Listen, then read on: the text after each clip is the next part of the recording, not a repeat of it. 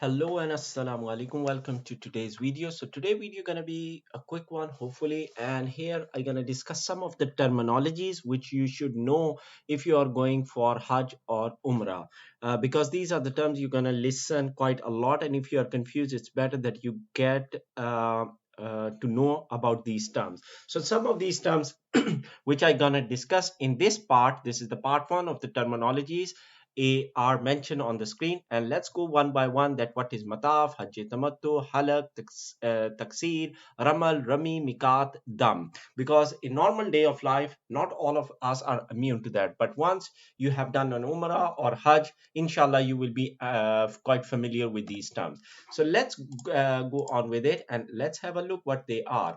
So the first term is Damm. You will listen that a lot once you are going over there.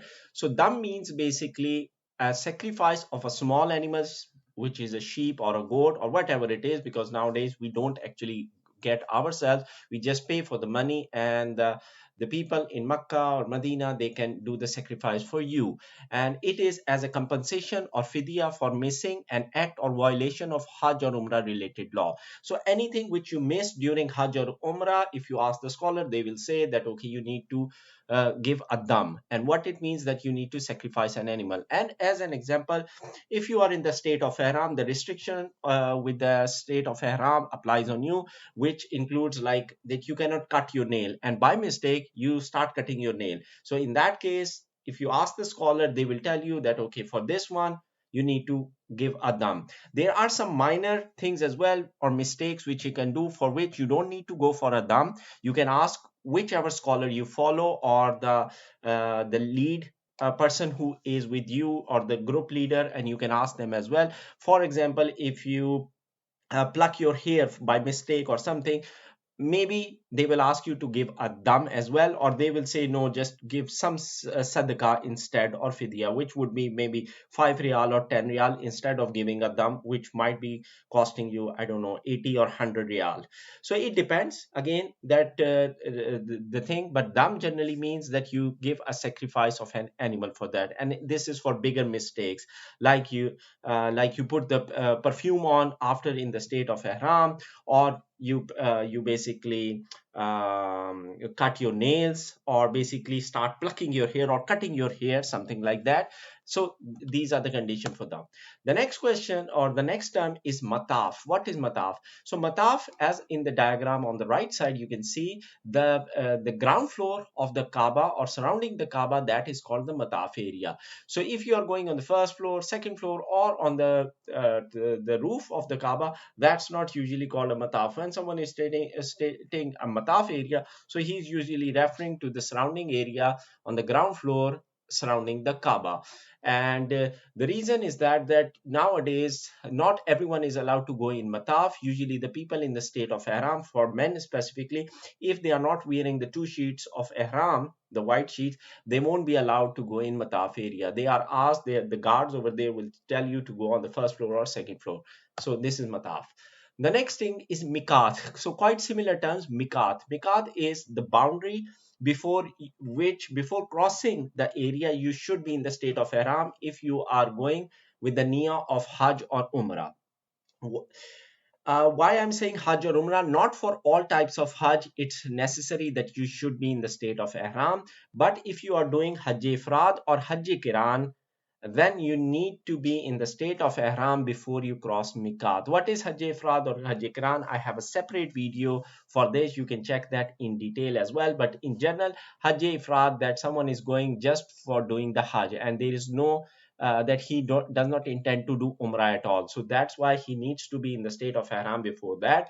And Hajj Kiran is that where a person would be doing Hajj and Umrah with the same ihram. So he won't be taking off the ihram after Umrah, but he will remain in the state of ihram even after the Umrah, and wait till he completes the Hajj, and then he takes off the ihram. So for those, they need to be in the state of ihram before Miqat. And if you're going for Umrah, then of course you need to be in the state of ihram before you cross the Miqat area. And there are lots of Miqat area, and usually if you are traveling within the Makkah, the bus driver or the taxi driver will let you know. Or if you are traveling by air, usually there is an announcement in all the airlines where they tell you that we're going to be crossing the Miqat very soon, so please do the Nia and come in the state of Haram. And state of Haram doesn't mean the two sheets of white sheets for men, but it also means that you do the Nia and be prepared for it.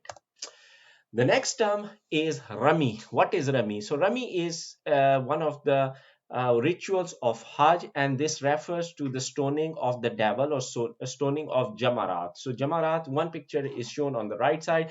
So during the Hajj, this is only required during the Hajj, not required during Umrah. When anyone goes for Hajj, one important part is that they do the Ramy for 3 or 4 days. The 4 days is optional, but 3 days they do the Ramy, or they stone the devil. And this refers back to the incident of Hazrat Ibrahim, when he was basically going to sacrifice his son Hazrat Ismail alayhi salam. Then Shaitan came in front of him and tried to persuade not to do this act. But because Hazrat Ibrahim alayhi salam was quite near to Allah and knew that this is what Allah has asked, so he threw the stone at the Shaitan, and this was done by Shaitan. Shaitan tried to stop him 3 times, and based on that we try to replicate the same thing, and this is why we do Ramy, which is the stoning of Shaitan.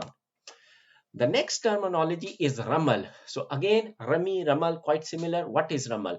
So when you go for Hajj or Umrah, and for all the type of Tawaf, the Tawaf for Umrah, Tawaf Umrah, or Tawaf al-Wida, or Tawaf Ziyarah, which are the types of Tawaf. If you don't know about them, you can check my video in the details about them as well.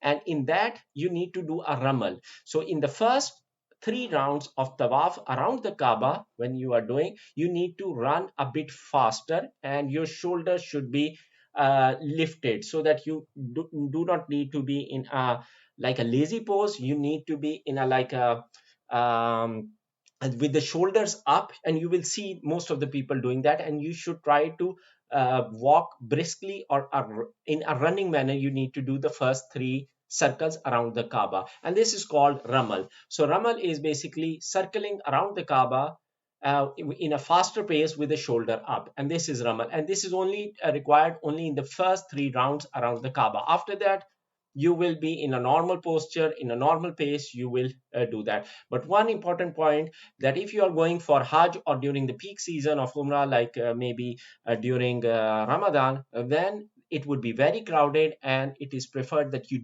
don't try to run, because it will be jam packed. And if you try to run or push the people in front of you, you can be a cause of an accident. You can cause hurt to other people. So be compassionate and don't try to do that if it is too crowded. Just walk in the normal pace, or go with the flow. The best thing is.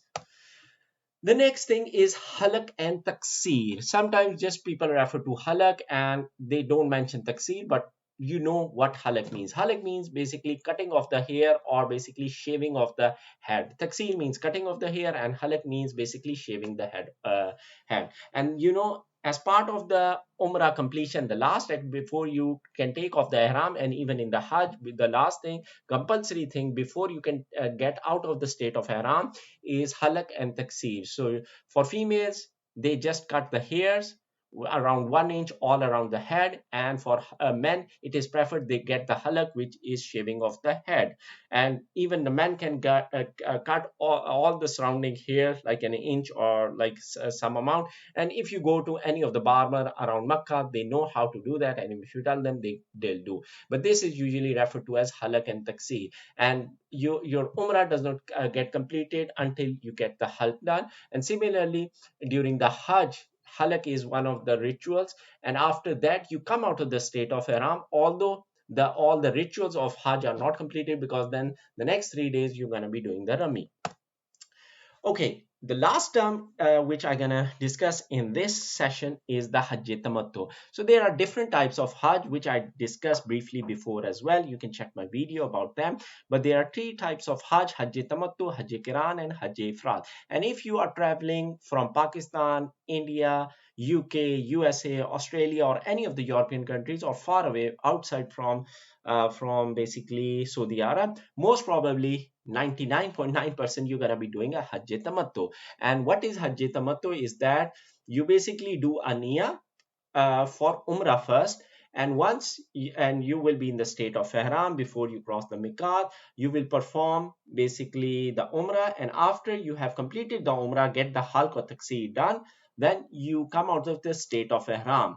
So you don't need to wear those two sheets of white cloth for male, or the restriction or Ihram doesn't apply on you. And once the day of Hajj comes, like 7th or 8th of Zulhijjah, when you are going to go in Mina camp, then basically you put on the ihram again and do the niyyah for Hajj. So basically this is called Hajj Tamattu. And because you will hear about it if you are inshallah planning to go this year for Hajj, then that's the type of Hajj which majority of the people gonna be doing, which is Hajj Tamattu. Hajj Kiran and Hajj Ifrad, as I mentioned earlier, they are different types. In one of them, in Hajj Ifrad, you are just doing the niyyah for Hajj and you don't do Umrah at all. And in Hajj Kiran, you are basically doing both of them, both Umrah and Hajj in the same ihram. So when you reach Makkah, you do in the ihram state, you complete the Umrah and you keep on your ihram. You are not allowed to take off the ihram.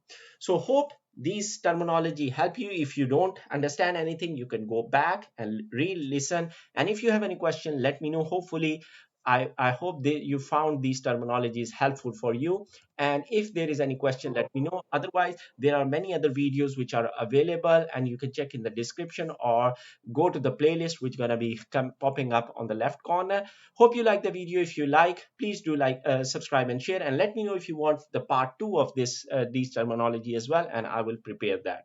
Thanks for watching. Take care. Allah Hafiz. Till next time. Assalamu alaikum. And disclaimer, if there is anything which is wrong or which I'm not explained properly, forgive me. I'm just a student and I like to gather information about Islam and sharing with others. Thanks for watching.